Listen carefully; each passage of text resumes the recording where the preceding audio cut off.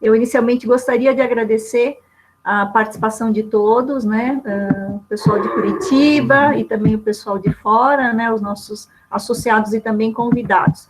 Hoje nós temos um grupo forte, bacana, que vai trazer um panorama para nós sobre a questão da conservação e segurança, preservação e segurança de acervos.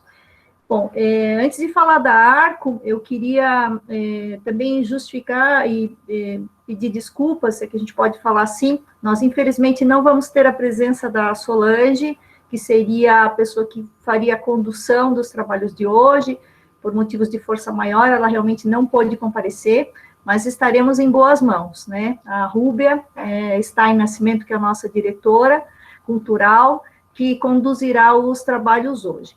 Então, inicialmente eu faço uma breve apresentação sobre a Arco, depois faço a apresentação e o currículo da Rúbia, né, que conduzirá os trabalhos, e na sequência os nossos palestrantes. Bem, então, a Arco, ela é uma organização interdisciplinar, né, de profissionais ligados à conservação e restauro de bens culturais. Nós temos atuação em Curitiba, cerca de 17 anos, e realizamos anualmente seminários, oficinas, workshops, a fim de promover a reflexão e ensino sobre a preservação e conservação de acervos. Ultimamente, juntamente com as associações do sul do Brasil, posso falar assim, também São Paulo, temos nos dedicado à discussão dessa problemática a respeito do profissional conservador-restaurador, né, e a regulamentação da profissão. Com grande honra, né, então, que nós recebemos hoje a Beth de Luna, a Esmerina Costa, Humberto Ingrúzio e o Tafarel Rômulo. Eu também quero estender os meus agradecimentos aos responsáveis pelas instituições que eles trabalham, né, que é a Beth na Biblioteca Pública do Paraná, a Esmerina Museu Paranaense, e Humberto e o Tafarel no Museu Oscar Niemeyer. Então, agradecendo aos diretores que permitiram, né, incentivaram a presença deles, a senhora Lana Baroni, Gabriela Bétega e Glaci Gotardo, né, respectivamente. Bom, então, vou falar um pouquinho da Rúbia, né, que é a nossa apresentadora, né, a nossa diretora cultural, um breve currículo histórico da Rúbia, que ela é formada em Serviço Social pela PUC do Paraná, é especialista em museologia pela UDESC, em 2001, e tem especialização em conservação de obras sobre papel pela UFPR, em 1999, mestre em Patrimônio Cultural e Sociedade pela Univille, 2014, e atualmente é graduanda no curso de Museologia da UFSC. Ela tem a área de atuação em educação patrimonial, tem experiência em conservação, montagem, exposições, inventários e assessoria museológica. Então, passo a palavra para a Rúbia, agradeço novamente aos participantes e também os nossos entrevistados da tarde de hoje.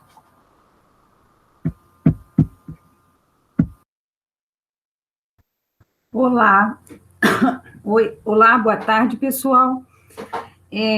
Então, vamos começar a nossa conversa, né, mas também, antecipadamente, já gostaria de agradecer por essa oportunidade de estar aqui fazendo essa mediação, né, agradecer a diretoria da Arco, a Janice, a Jéssica, a Rosângela, o Fabrício, que está nos bastidores, na área tecnológica, para a gente conseguir gravar esse momento, né?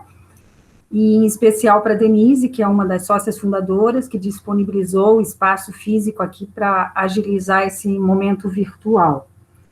E também agradecer, como o Janice já falou, a Solange Rocha, que foi quem deu a iniciativa desse momento, mas que não pôde estar conosco nesse momento por força bem maior, e na sequência ela vai estar conosco em algum outro momento.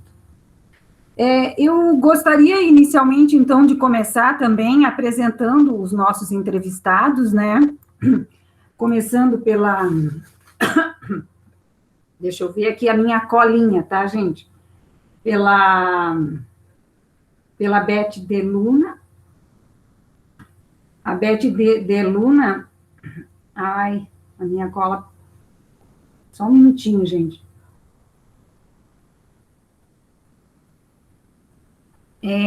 A Beth de Luna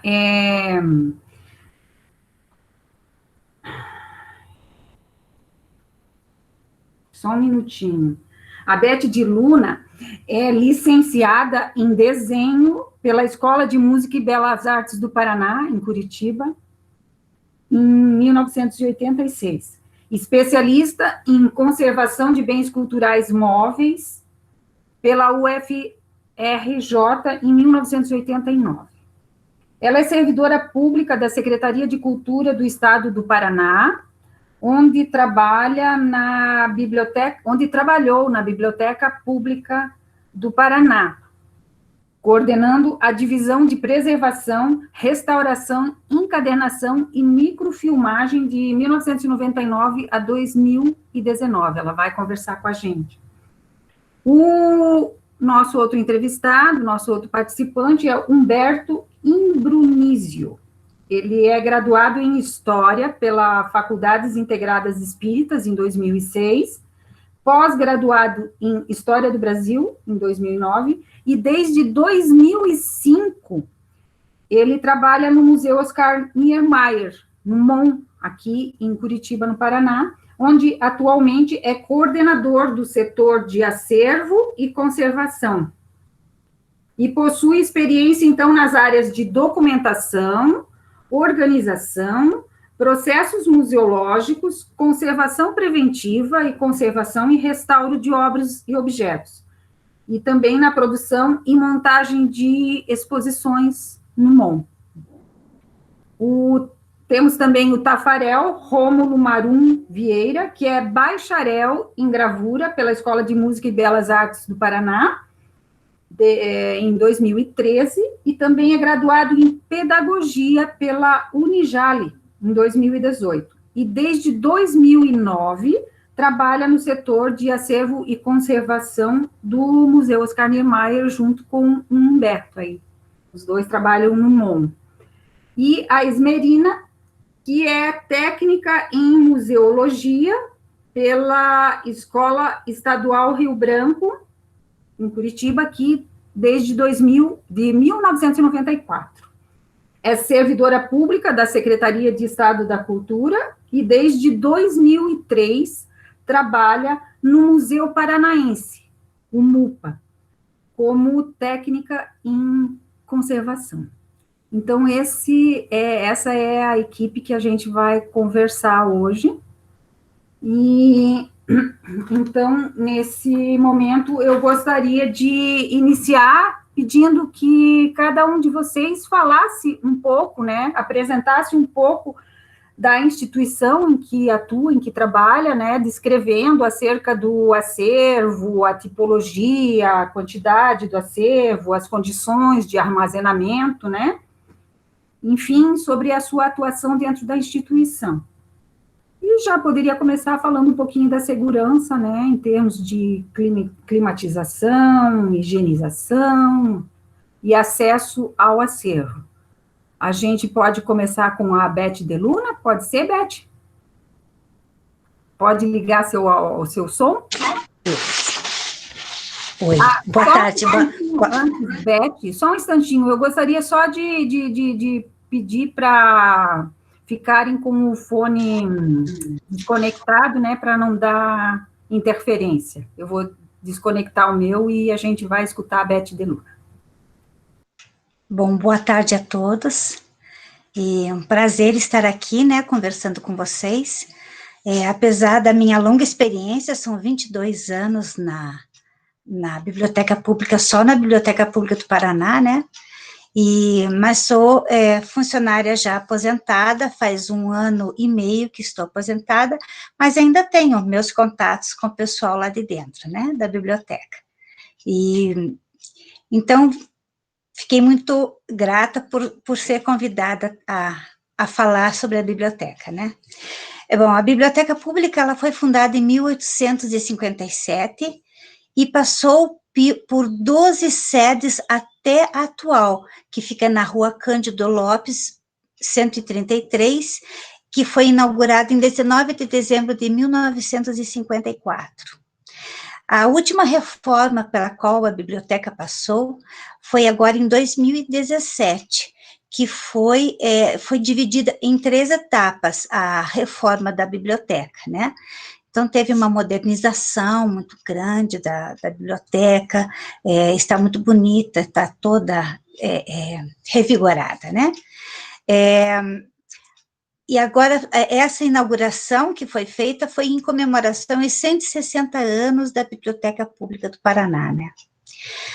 Bom, sobre a questão de segurança da biblioteca, atualmente, com esta última reforma, também foi implantado várias câmeras, né, em todas as salas, corredores, e com isso, com o relato disso, soubemos que diminuiu bastante a questão de roubo, porque, infelizmente, na biblioteca sempre teve essa questão de roubo por causa da inúmera quantidade de usuários, né, que frequentam diariamente a biblioteca. Então, soube que diminuiu bastante depois de implantarem as câmeras de segurança. Infelizmente, nós não temos o nosso acervo climatizado, né, ainda não. A parte de higienização da biblioteca é feita periodicamente em salas, estantes e livros de obras gerais. E as obras raras que são mais específicas, daí passo por um tratamento de higienização mais tópico, né? Capas, folhas, página a página, enfim, periodicamente também, tá? Questão de vandalismo da biblioteca é mais difícil, assim, apesar do público que frequenta a biblioteca, né, que nós temos desde os... Sim? Vamos seguir Passar? Dar o espaço também para os demais falar um pouquinho da instituição, e na sequência a gente vai descrevendo isso que você está colocando. Então tá bom. Tá. Deixa a Esmerinda falar um pouquinho de cada instituição e a gente vai decorrer esses detalhes na sequência. Obrigada. Esmerina, liga seu som, Esmerina. Certo, obrigada, Beth. Boa tarde a todos. É uma honra estar aqui participando desse debate. Bom, eu trabalho no MUPA, vou apresentá-lo. O Museu Paranaense, inaugurado em 1876, completa agora, dia 25, completou 144 anos. É o terceiro museu público mais antigo do país, dedicado às áreas de arqueologia, antropologia e história, em especial ao tema do território paranaense. Atualmente está em sua 7ª sede, que é o Palácio São Francisco. Possui laboratório, reservas técnicas, biblioteca, auditório, setor administrativo, setor educativo, sala para exposições de longa e curta duração. O acervo do museu iniciou com 600 peças. Hoje, conta com mais de 400 mil itens. Ele possui uma tipologia variada. Na história, é classificado como tridimensional, numismática, artes visuais, documento textual, documento têxteis, e o acervo de antropologia possui plumária, objetos em fibra, vegetal, madeira, cerâmica, osso, resina e semente. Já o acervo arqueológico é fósseis, lítico e cerâmico, entre outros. O acervo do museu está disponibilizado para pesquisa científica. Para isso, basta agendar com os setores científicos. Possui visitas orientadas pelo setor educativo através de agendamento, e o acervo está disponível para pesquisa online pelo sistema Pergo. E possui também no seu site exposição virtual, publicações, edições impressas e eletrônicas do Museu Paranaense. Esta série de publicações oferece ao público estudos acadêmicos.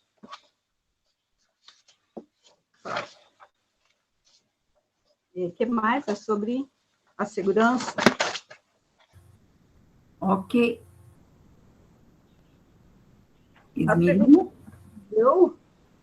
o museu possui câmeras e é feito um controle quando o visitante chega na entrada. As RTs são climatizadas, possui ar-condicionado, termoigrômetro, desumidificadores, e há um controle de visitas para reserva técnica.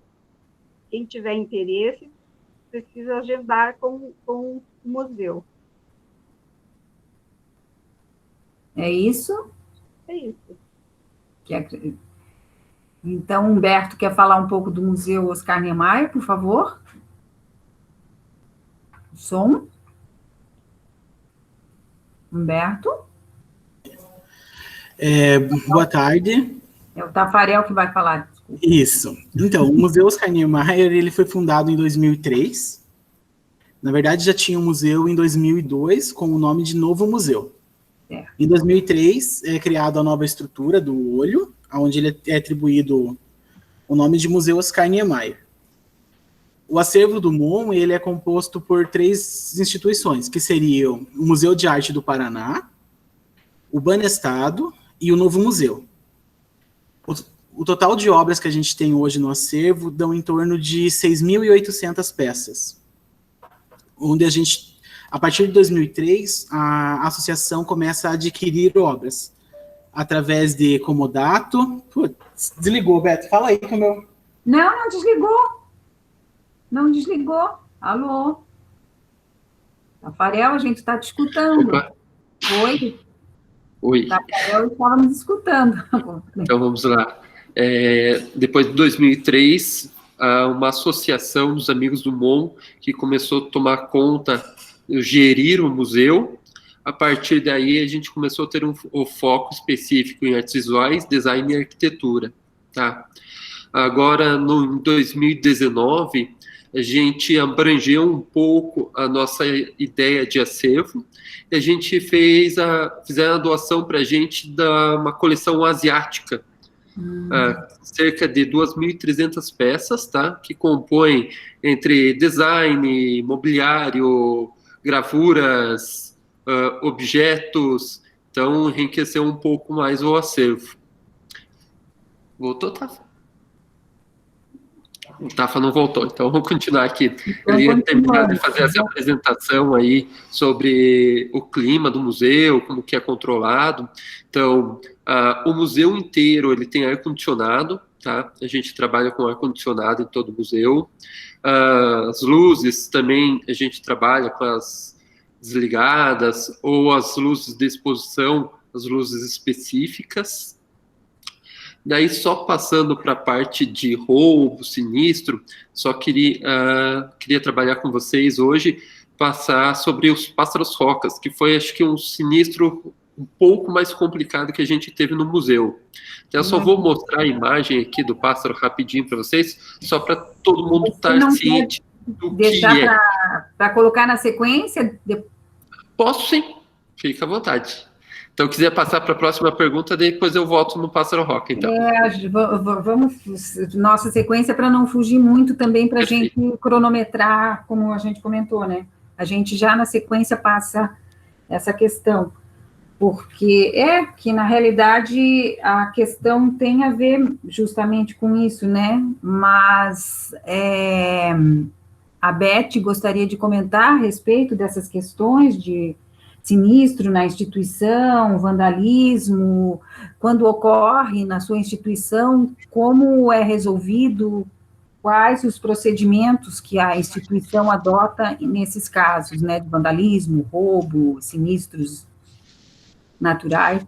Sim, bom, na biblioteca, como eu estava dizendo anteriormente, o público da biblioteca, os frequentadores, usuários, eles, desde os pesquisadores até os moradores de ruas, frequentam a biblioteca. Então, não tem como você controlar.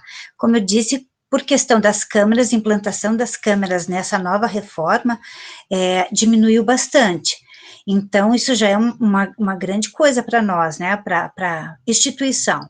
Então, o roubo dos livros, geralmente em obras gerais, mais de obras gerais, é uma questão de que difícil de controlar, porque a pessoa sai da sala e ela pode circular na biblioteca com o livro, e com isso facilita muito mais a pessoa que está mal intencionada a ocasionar o roubo, né? Então, existe o sistema de segurança dos livros, mas mesmo assim, se a pessoa descobre onde está situado dentro do livro o sistema de segurança, ele daí na saída na porta não tem o alarme não toca daí, né? Então, acontece ainda pode acontecer os roubos, né? Teve uma vez um roubo de obras raras, mas que houve também uma questão toda de investigação, mas não ficamos sabendo, não tivemos uma conclusão realmente, né? A questão da segurança, tem os guardas terceirizados que percorrem toda a parte da biblioteca, né, andam pelas salas, a segurança na frente, o usuário não pode entrar com mala, tem que deixar todo no guarda-volumes, e então existe todo esse sistema, mas mesmo assim pode acontecer, né, esses casos. Casos de vandalismo, como arrancar os livros das capas, rasuras, arrancarem páginas, são casos mais esporádicos, digamos assim. O maior desgaste dos livros de obras gerais, na verdade, são pelo excesso de uso, né? Em 2019, foi registrado consultas em acervos de 164.527 livros, né? Então, ainda é muito procurado os livros da biblioteca. Então, essa questão do vandalismo não ocorre tanto, seria mais um desgaste pelo excesso e pelo manuseio, né? As obras raras a consulta das obras raras tem que ser agendado através de um agendamento, e não tem acesso direto, o usuário não tem acesso direto. O restante das obras gerais, o usuário tem acesso direto aos livros nas estantes, né? E eu acredito que seria essa parte mais assim que eu gostaria de falar. Já deu para ter uma ideia muito boa, Beth, obrigada. Nada. Esmerina, por favor, você quer falar alguma coisa do que acontece nesse sentido no Museu Paranaense, por favor? Só gostaria de reforçar que as perguntas, né, as dúvidas e sugestões, a gente pede para colocar no chat, né, na conversa, que ao final a gente vai abrir um espaço para o debate, tá? Vamos agora, nesse momento, escutá-los e vocês vão anotando qualquer dúvida, qualquer questão, e na sequência a gente abre para conversa, para o debate, pode ser? Pode falar, Esmerina. Então, lá no Museu Paranaense não tem registro de nenhuma ocorrência de furto ou vandalismo. O museu possui segurança 24 horas por dia, existe câmeras espalhadas por todo o museu, então acho que isso inibe um pouco o visitante. Então, nós estamos tranquilos a respeito da segurança. Não tem nenhum caso assim mais específico que você lembre? Não tem nenhum caso específico de furto, né? Está tranquilo lá. Então, Humberto, quer votar? Voltamos na tua imagem aí, e na sequência a gente te escuta. Beleza. Então, eu só vou colocar a imagem só para vocês terem noção de qual é a peça. Deixa eu ver. Vamos ver se aparece certinho aí para vocês. Aparecendo? Tá baixando. Para mim, tá aparecendo. Apareceu? Então, essas obras aí são chamadas de Pássaro Roca, é do artista Francisco Brenan, e a obra que a gente teve um problema, um sinistro dela com o tempo, né? Elas ficam em mostra na parte externa do museu. Então, essa peça maior aqui, que a gente teve um pequeno problema com ela, um grande problema, na verdade, não foi pequeno. Deixa eu fechar aqui para a apresentação e voltar aqui para mim. Beleza. Então, o que acontece? Em 2013, a gente teve uma rajada de vento e a peça caiu no chão, uma peça de cerâmica, então quebrou em vários pedaços. A gente abriu todas as obras do acervo, ela tem seguro, a gente acionou o seguro, então foi 2 anos e meio até a gente concluir o restauro da peça. A peça foi restaurada pelo próprio artista, Francisco Brenan, e nesse processo a gente fez um relatório. Deixa eu tentar mostrar aqui o livro do relatório. Esse aqui foi o livro do relatório, tá? Bem intenso. Então, tem o laudo técnico da peça, tem o e-mail da segurança avisando o setor, dizendo que tem ocorrência, tem fotografias, tem a tomada de preço com os restauradores. A gente fez tomada de preço, se não me engano, com 4 restauradores e mais o artista. Os valores chegaram próximos do restauro, mas a gente preferiu fazer o restauro com o próprio artista para manter a forma da obra. Então, daí a gente passou isso para a seguradora fez a cotação com o artista, pagou o artista e pagou esse transporte também da obra daqui até o Nordeste, né, que elas são de lá, e depois a devolução das peças. Hoje, ainda a gente não remontou a peça, porque a gente está trabalhando na estrutura para não ocorrer de novo esse problema com ventos, essas coisas. Então, um problema maior de sinistro que a gente teve aí no museu foi deste, né? E também pela questão de segurança, câmeras, seguranças de todas as salas, tem os monitores, como é mais ou menos ali no Museu Paranaense, a gente não tem uma incidência grande sobre isso, né? Então, a maior com nossa incidência é sinistro mesmo. É isso.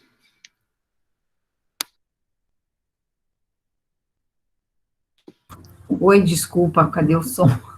Obrigada. E aí, também, na sequência, a gente gostaria de falar um pouquinho sobre a questão de aquisição do acervo, né? Como, se existe uma comissão de acervos, de aquisição, descarte, como funciona essa aquisição do acervo das obras que estão nas instituições de vocês. A Beth gostaria de começar, Beth? Sim.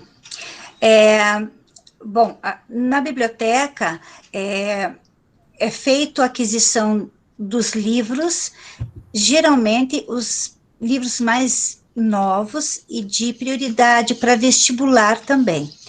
Então, tem um setor que ele faz esse levantamento dos demais setores da biblioteca e daí repassam para a direção, para o administrativo, para fazer essa aquisição. No mais, a biblioteca, ela sobrevive mais de doações realmente, né? Então, a maior parte do acervo lá de livros através de doação mesmo. Quando o livro ele está muito danificado, que não pode mais passar o empréstimo para os usuários, ou até mesmo consulta em sala, consulta local, então ele é encaminhado para a divisão de preservação, lá é feita uma análise, para ver se realmente o livro tem condições, vale a pena ainda restaurar, e se ele tem condições de ser recuperado. Na verdade, não é uma restauração, né? É mais uma recuperação, uma reconstituição do livro. Se sim, o livro é recuperado, e daí também existe dentro do setor uma escala de prioridade. Então, como são muitos livros, o acervo é muito grande, então existem as prioridades. São restaurados os mais prioritários do que aqueles que não são tão importantes, né? E E quando o livro não tem mais condições, ou quando tem muito, já tem outros exemplares, ou muitos exemplares, é feito um repasse através do sistema entre bibliotecas, né? É feito repasse para bibliotecas do município, da prefeitura, e outros municípios, bibliotecas de outros municípios. Então, sempre é feito um reaproveitamento dos livros, mesmo os livros doados, que às vezes tem um título que já tem bastante na biblioteca, é repassado para outras bibliotecas que necessitem daquele título ou daquele exemplar. Ok, obrigada. Esmerina, você quer falar um pouquinho dessa questão, como funciona no Museu Paranaense, por favor? Seu fone, liga seu fone. Isso. As doações lá no Museu Paranaense sempre foram por coleta, compra, doação, legado, transferência, quer dizer, todos os tipos de doações. Nessa questão, o MUPA está elaborando, pela museóloga Mariana Hartenthal, o plano museológico, no qual está sendo elaborado um sistema normativo que estabeleça critério para aquisições. A partir deste documento, será criada a comissão de acervo, que será composta por pessoas convidadas relacionadas à área e também por técnicos do Museu Paranaense. Os setores, ultimamente o setor científico está fazendo assim, um levantamento das coleções para ver o que está faltando, qual a temática que está faltando, para que daí seja tomada a providência para adquirir esse acervo. Certo? Cortou? Alô? Cortou a fala da Esmerina? Esmerina? Oi. Não está ouvindo? Tô. Passou. Parou onde? Parou. Parou, deu uma picotada aqui. Então, eu estava falando que daí vai ser feito um estudo para ver quais são as lacunas que está faltando nas temáticas do museu, para daí tomar providências, procurar esse acervo, adquirir doações. São várias temáticas, né? Por exemplo, a cultura negra, os quilombolas, os indígenas e por aí. Certo? Ok. E agora o pessoal do MON gostaria de fazer a sua colocação em relação a esses procedimentos, como funciona aí no Museu Oscar Niemeyer? Então, a gente tem dois processos mais padrões sobre as aquisições de obra. Tem o processo de doação e tem o processo de compra. Então, os dois processos, a gente tem um conselho curatorial, Maria José Justino, Fernando Bini, Aguinaldo Farias, Gaudêncio Fidelis, Felipe Scovino e Cristine Batista, que eles fazem uma análise das propostas das obras, tanto de doação quanto de compra. As obras de doação, então, passa por ele e pela diretoria cultural. Nessa avaliação, né, é feito contrato, caso aprovada. E também a parte de compra de obras, a gente tem um projeto bem legal, que é o projeto Sou Patrono. Então, é um grupo de pessoas que se reúnem para dar uma verba ao museu destinada diretamente à compra de obra. Então, esse dinheiro arrecadado durante o ano é só para compra de obra. Geralmente, a gente compra aí umas 10 obras por ano, tá? Daí, o Conselho Curatorial faz uma seleção de obras que possam ser compradas, né? E esse grupo de patronato que escolhe essas obras que eles vão comprar. Então, eles calculam quanto de dinheiro deu e quantas obras eles conseguem comprar. Da seleção do Conselho, eles compram, vamos supor, tem 15 obras, eles conseguem comprar 7. Então, eles escolhem as 7. As obras selecionadas por esse conselho, né? Então, é mais ou menos assim. Tem o conselho, ele faz toda essa análise de doação ou de compra de obra. Ok, obrigada. E em relação aos procedimentos de empréstimo de obras, como funciona na instituição de vocês, né?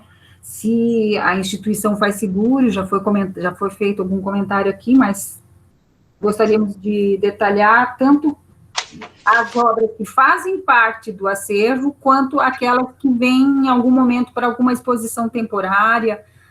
Como funciona essa questão de empréstimo e seguro?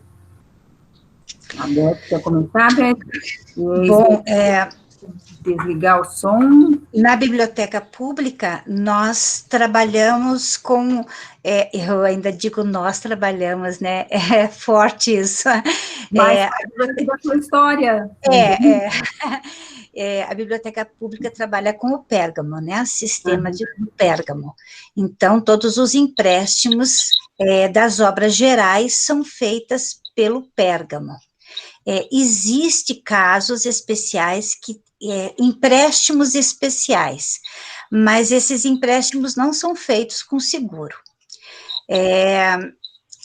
Divisão de documentação paranaense e obras raras e periódicos também não é feito empréstimo, é só consulta local realmente, né? Então não tem por que fazer.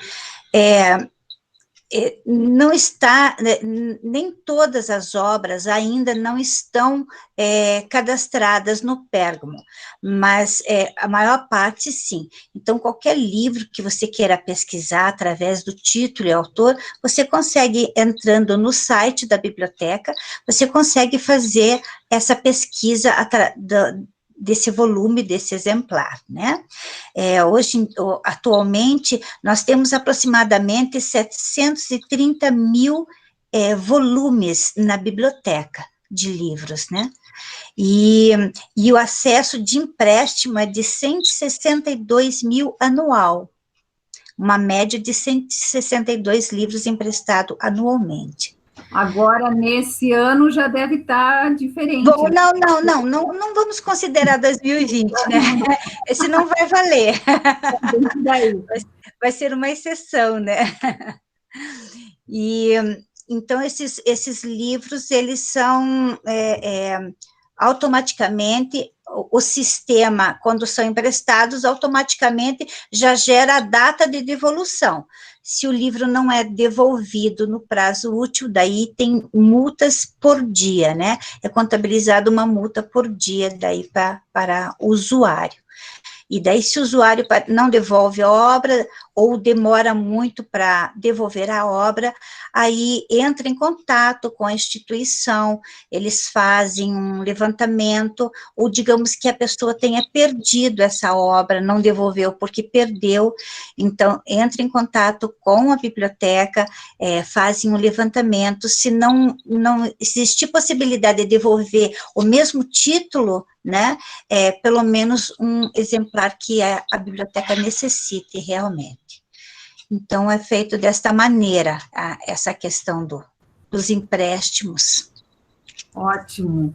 E a Esmerina, como é que funciona essa questão no Museu Paranaense? Bom, o Paranaense, ele, quando faz empréstimo das suas obras, existe toda aquela documentação feita pela museologia, o laboratório faz o laudo técnico, e tem seguro, sim, todas as obras que são emprestadas é feito seguro.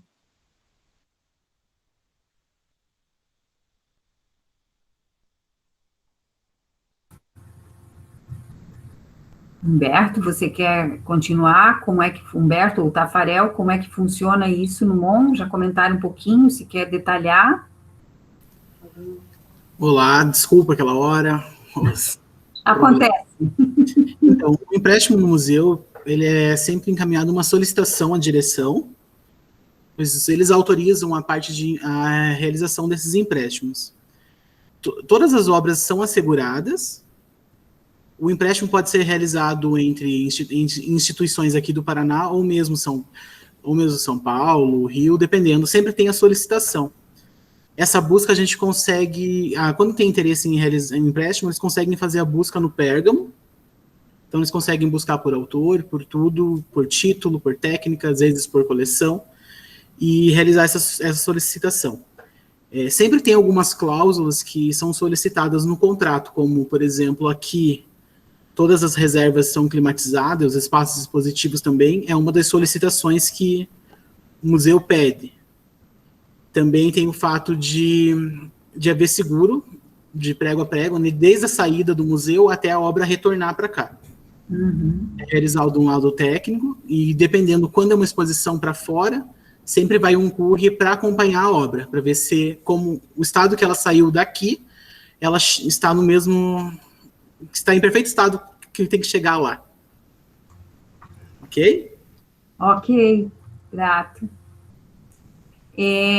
Há uma outra questão que a gente gostaria de colocar é como que está sendo feito esse trabalho nos dias de hoje, como que os profissionais das instituições, das suas instituições aí, estão atuando nos dias atuais, em relação principalmente a essa questão de segurança, né, de preservação do acervo, dos cuidados necessários, uma vez que as instituições estão fechadas, existe um trabalho remoto, o trabalho presencial, como está sendo feito nesse período de pandemia, né? Bom, a biblioteca está fechada desde março, né? E soube que teve trabalhos internos, os trabalhos administrativos, financeiros, essas questões funcionaram, com os funcionários talvez até fazendo revezamento também, né? Mas, em geral, o atendimento ao público não teve nenhum, as obras que foi devolvido bem no começo da pandemia, elas ficaram isoladas, né, e agora o que se prevê, assim, quando voltar a funcionar, né, ou quando voltar a receberem os livros vão ficar separados de quarentena, e posteriormente passarão por uma higienização, né, pelo menos uma higienização superficial, para depois que possa voltar para a sala, né? Os cuidados que, a partir dessa semana, parece que já houve, os funcionários já estão voltando a trabalhar, e só não está aberto ainda ao público, né? Não foi nada decidido nessa questão de como a biblioteca pública entra até moradores de rua, então não tem ainda uma decisão de como que vai ser, né? As orientações é que seja espalhado álcool em gel por todos os lugares, em todas as salas, e na entrada, tudo, o uso obrigatório de máscara, né? E assim que as obras forem devolvidas, aos poucos também vão ficar nessa quarentena para assegurar, né? Agora, um protocolo a ser seguido, né? Na verdade, ainda é tudo muito incerto ainda, né? Porque nós não sabemos quando que vai acabar isso tudo. Então, eu acredito que isso vai durar por muito tempo ainda, né? Esse fluxo na biblioteca vai ser bem reduzido, eu acredito, né? Ok. Então, obrigada. Esmerina, como é que está sendo feito no Museu Paranaense? O caso do museu é o mesmo da biblioteca. A gente está afastado desde março. Algumas pessoas estão retornando hoje. Hoje é um dia marcante, né? Justo hoje as coisas estão tomando algum rumo. Mas o pessoal do laboratório, como está na idade de risco, continua remoto. É grupo de risco, tá? É grupo de risco. Então, nessa pandemia, nossas atividades têm sido remotas. Ali, corrigir informações no Pérgamo, porque o Pérgamo foi todo, foi assim, colocado as planilhas, então falta muita coisa para ser preenchida, muita informação tem que ser arrumada, corrigida. É um momento interessante, porque quando está no fluxo, né, tem que fazer o trabalho com os objetos mesmo, e acaba esses detalhes mais teóricos, né, e aí é o momento de aproveitar para fazer esses procedimentos. A nossa atividade é mais presencial, mas e agora a gente está usando esse tempo para colocar a casa em ordem. Uhum, bem isso. O museu não parou todas as suas atividades. Eu tenho o MUPA Lab, que é um podcast por pesquisadores que utilizam o acervo para suas pesquisas, online para crianças, tem palestra, pesquisa de acervo, tudo online. Uhum. O museu virtual, que o acesso ao público através de conteúdos, de multimídias, as exposições de curta e longa duração. Existe tudo isso que o museu proporciona ao seu público. Então, é mais do que online mesmo. Mas, a partir de agora, vamos ver se vai ser criados novos protocolos, como que vai ser, para a gente voltar à atividade. É uma mudança de estratégias, na realidade, né? E a gente vai acabar vendo tudo novo de novo. Eu creio que vai ser criado soluções vai ser criado procedimentos para a gente realizar todo esse trabalho, né? Para que o público volte com segurança. Ok, Esmerina. E o pessoal do MON, do Museu Oscar Niemeyer, como que procede? Então, vamos lá. Também, desde março, a grande maioria do museu permaneceu em casa, trabalhando no home office. A parte de segurança e limpeza, também a gente teve uma divisão, né, do grupo, foi grupos específicos para vir trabalhar, e também a gente, da parte da conservação do museu, a gente estava vindo trabalhar 1 a 2 vezes por semana para fazer o acompanhamento das exposições, né, então para ver questão de climatização, a parte técnica de cada obra. Então, mesmo fora, 1 vez ou 2 vezes por semana, em forma escalonada, a gente vinha também acompanhar as obras que estavam em exposição e também a nossa reserva técnica. Daí também a gente trabalhou muito remoto, né? Daí o Tafarel vai falar um pouquinho do que a gente trabalhou no Pérgamo e as coisas legais que tem para pesquisar na internet ali, tá bom?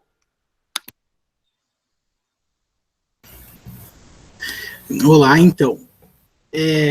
No Pérgamo, a gente aproveitou esse trabalho que teve que ser remoto e atualizamos o máximo de informação possível. Utilizamos, o inicial foi cadastrar todas as exposições que as obras do museu participaram.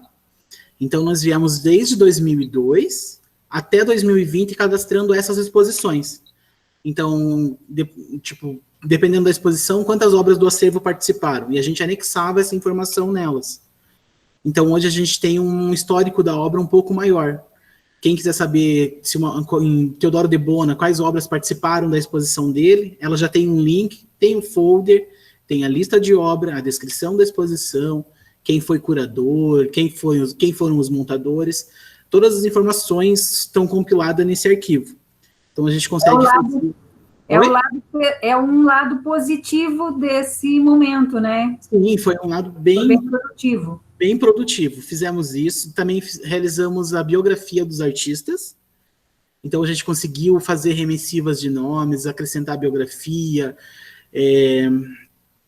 arrumar toda essa parte, porque no Pérgamo tem muito nome repetido dos artistas. Então, a gente meio que se focou em um nome só, o que compete ao nosso acervo, e foi arrumando isso, né, para não ter esse problema. Um tipo de uma padronização?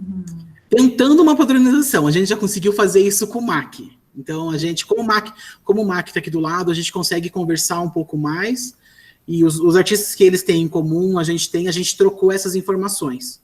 Então, a gente tentou colocar tudo em um nome só, todas as obras do Teodoro de Bona em um nome só, todas as obras... Porque tem muito Teodoro de Bona, tem muito artista que tem muitos nomes repetidos, então demora para a gente achar. Então, foi isso que a gente fez. E a gente tentou também criar as descrições das obras, descrever cada obra, a pintura, falar como que é a paisagem que está em torno dela, qual foi a técnica usada, o que está em primeiro, segundo e terceiro plano.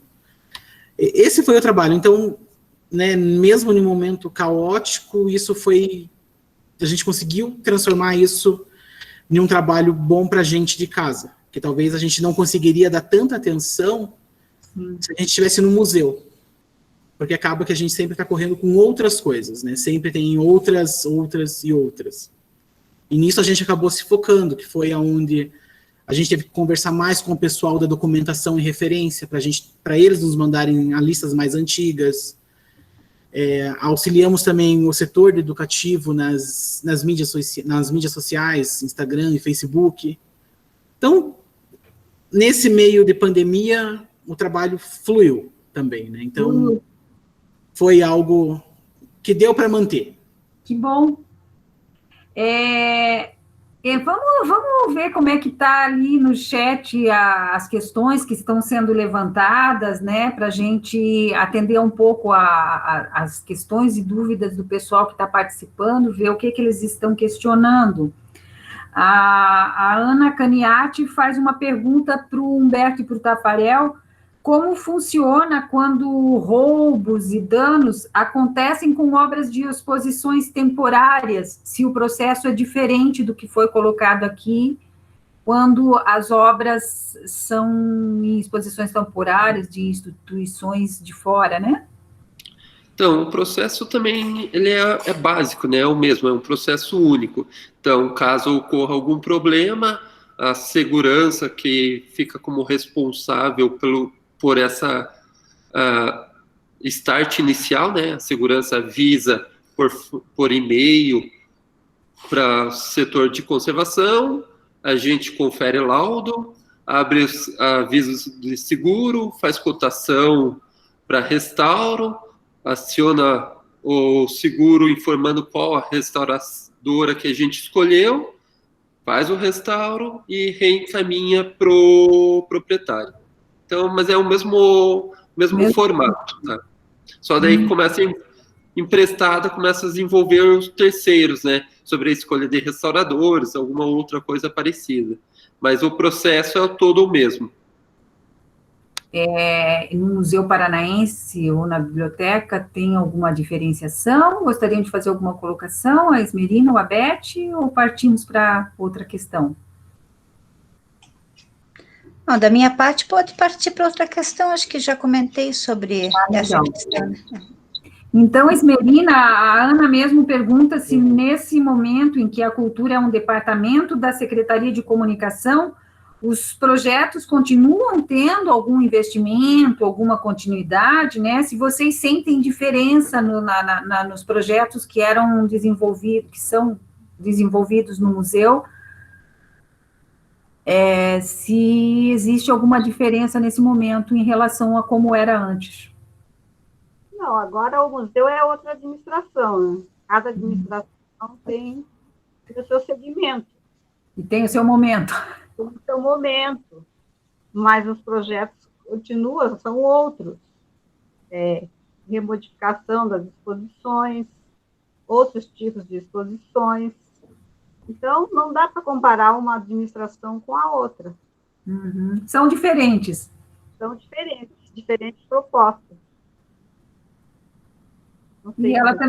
E ela também gostaria de saber se vocês fazem empréstimo de obras entre museus de outras cidades, de outros estados. Essa é uma questão da Tereza Lacerda, né? Que gostaria de saber como que esses empréstimos dentro da cidade, com outros museus da mesma cidade, ou de outros locais, de repente de fora do Brasil. Inclusive, o MON tem muitas obras que aconteciam em exposições de fora, né? O museu ele sempre emprestou obras para outros estados, para os municípios. Assim, entre em contato com a administração, veja no Pérgamo que obra precisa, que obra solicita, e aí fica disponível.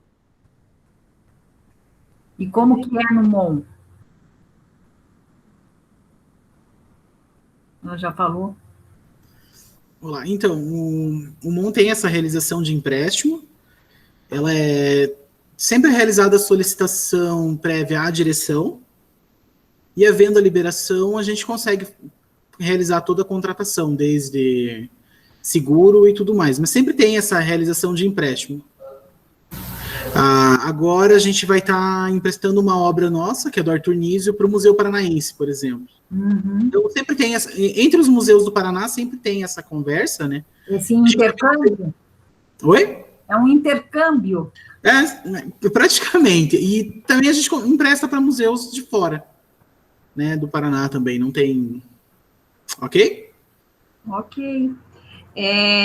A Kícia faz uma pergunta, de forma geral, ela gostaria de saber se as instituições possuem um projeto preventivo, falando da segurança mais especificamente, né, um projeto preventivo de combate a incêndio, se ele é aprovado, esses contatos com as instituições, o Corpo de Bombeiro, né, e se está aprovado e instalado, e se existem brigadas, se são realizadas simulados e treinamentos de evacuação e abandono, se em algum momento já foi feito alguma simulação em alguma das instituições de vocês, se alguém poderia colocar?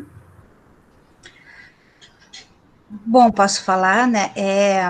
Na biblioteca existe, claro, extintores em todas as salas, é feita essa manutenção automaticamente desses extintores, né? Existe esse contato com vigilância, direção, órgãos, pessoas responsáveis lá dentro, né? Para um caso de emergência, mas não existe, assim, um treinamento, digamos, para funcionários de evacuação, no caso de um incêndio, né? Então, pelo menos nunca foi feito nesse sentido para incêndio, né? Mas é o básico, não existe, assim, nenhuma parte de... para incêndio mesmo, né, de somente os extintores, então seria daí responsabilidade de cada sala. Agora, se acontece algo quando a biblioteca estiver fechada, aí também não tem muito o que fazer. Essa questão de um grupo de brigadas também não existe, brigada não, infelizmente ainda não existe, não. Uhum. E no Museu Paranaense, tem alguma coisa nesse sentido? Não, no Museu Paranaense não tem nenhuma brigada, mas existem os extintores espalhados por todas as salas. Os bombeiros sempre vai fazer todo ano, faz a vistoria, para ver se está tudo conforme, existem as sinalizações, as portas de saída. É assim que a gente trabalha. Tá legal. E no MON? Então, aqui no museu a gente tem uma brigada formada, né? A grande maioria são dos seguranças, que fazem parte da brigada, e também tem dos funcionários do MON. Até quando vocês vierem visitar o MON aqui, quem tiver com um crachazinho assim, com a cordinha vermelha aqui, faz parte da brigada. Eu e o Tafarel, a gente faz a parte da brigada aqui. Então, a gente também fica responsável pela parte de evacuação predial das pessoas e, posteriormente, evacuação das obras. Depende muito da onde for o fogo, tudo. A gente tem 2 rampas de saída de emergência, tem extintor, a brigada tem uma resposta rápida com os bombeiros dessa região, a gente já fez esse acordo de como marcar, quanto tempo leva dos bombeiros até aqui, a gente consegue fazer esse controle. Até falando em brigada, a gente fez um teste no começo do ano, um simulado com poucas pessoas aqui do museu, né? Lembro que algum tempo atrás, até a Ana também, Ana Caniati estava participando junto, o pessoal da Arco também, do Escudo Azul, que a gente tentou reunir todos os museus do estado para conseguir fazer uma cooperativa com combate a incêndio sobre isso. Futuramente a gente pode tentar retomar essa ideia aí. Boa ideia. Não sei como que está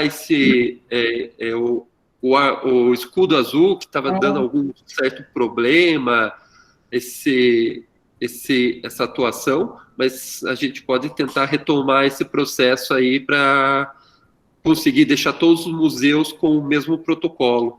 É uma boa iniciativa.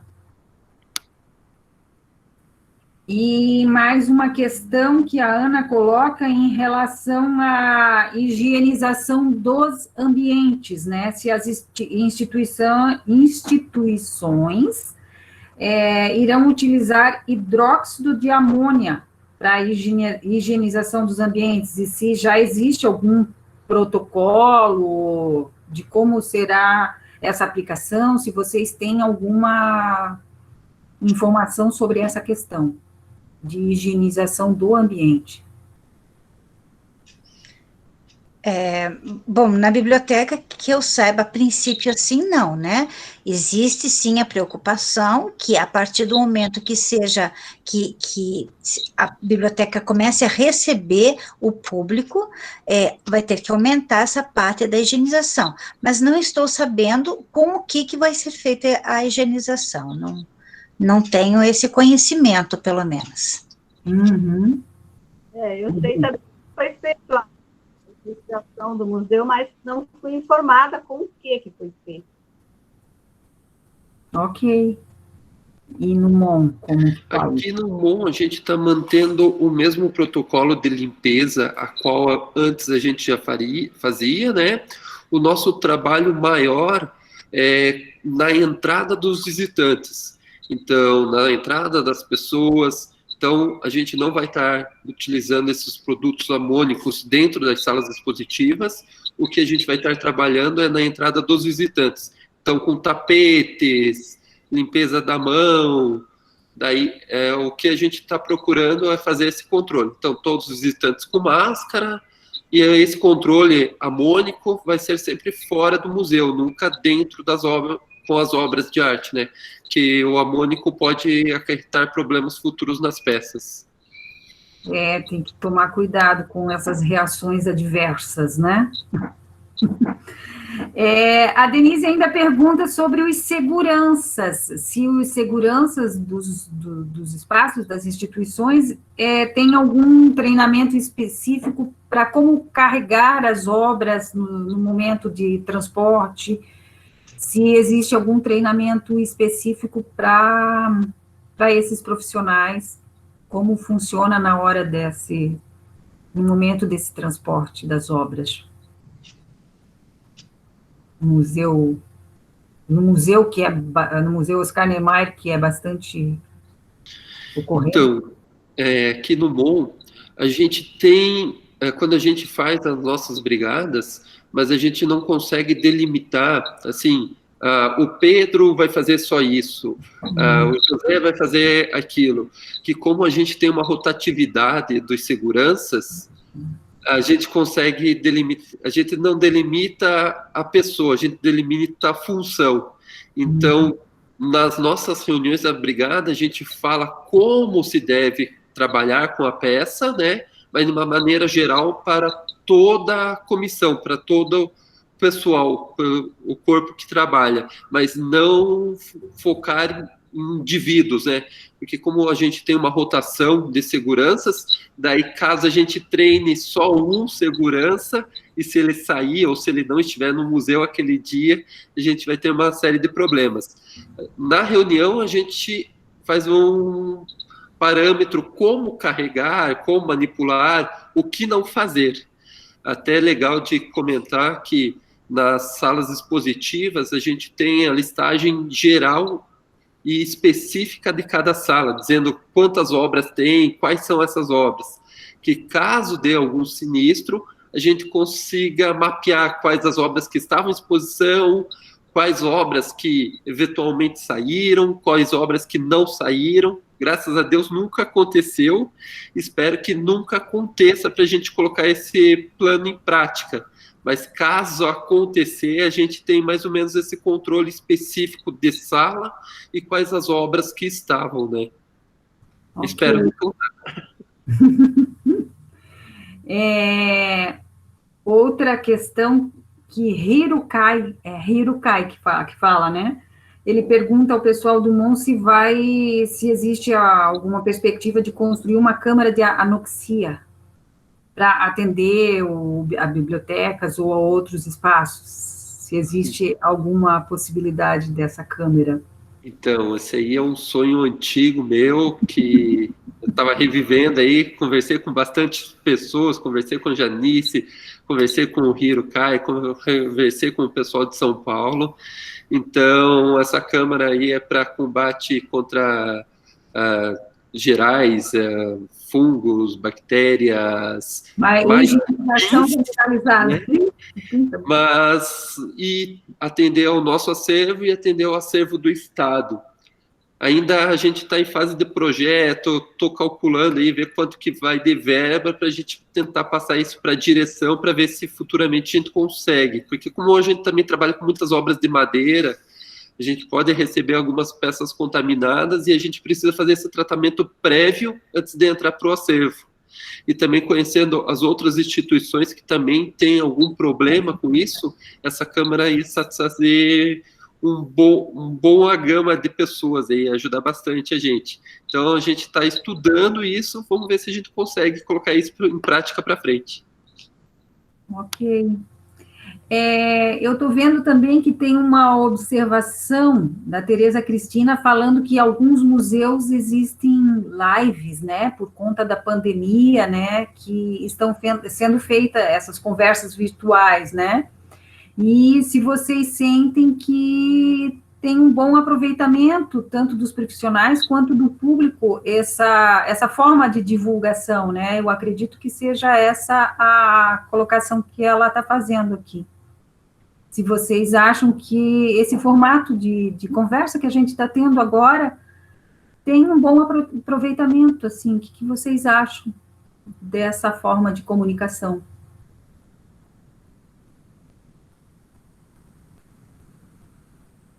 Alô, me escutaram? Escutamos. Escutamos. Um comentário mais, né? Bem...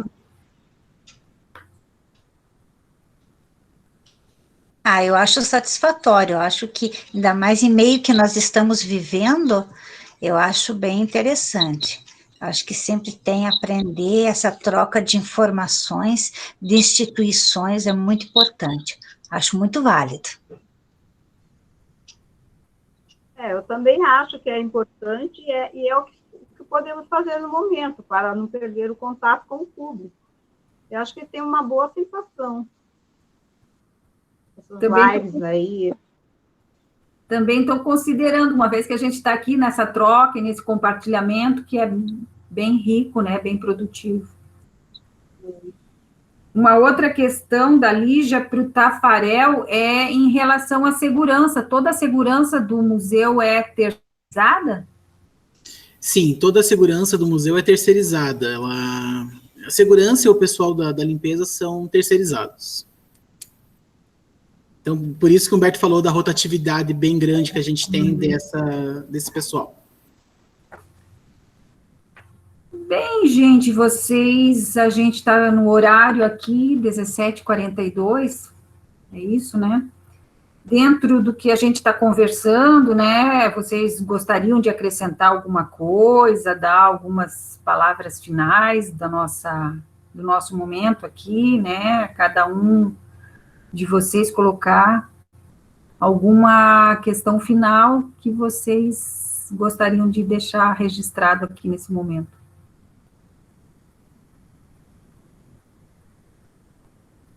Começamos? Quer começar, Bom? Vamos começar ao contrário agora. Também pode. Pode falar, Humberto. Então, muito obrigado pelo convite. Vou deixar depois o meu contato, o e-mail aqui do museu, os telefones aqui, para quem quiser entrar em contato com a gente, para a gente estar discutindo mais sobre o que a gente conversou hoje.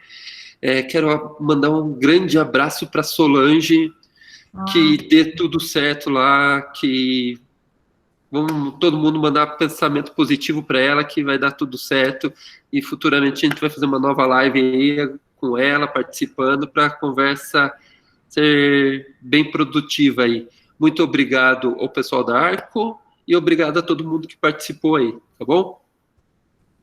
Ok.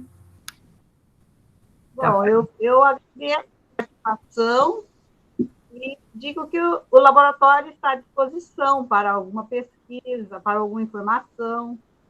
Estamos trabalhando para melhorar o acondicionamento, sempre pesquisando novos materiais. O laboratório sempre atende museus que querem saber sobre o acondicionamento, higienização. Então, estamos lá. Qualquer coisa, só no site do museu tem o nosso e-mail, o nosso telefone, para entrar em contato. Muito obrigada. Valeu. Nós agradecemos também. Bom, também agradeço o convite, né, da participação, para participar desse evento, apesar de eu estar aposentada, e da biblioteca, mas para mim é um grande prazer falar, e acho que a biblioteca é um local maravilhoso, né, nossa cultura, nosso acervo é muito rico também.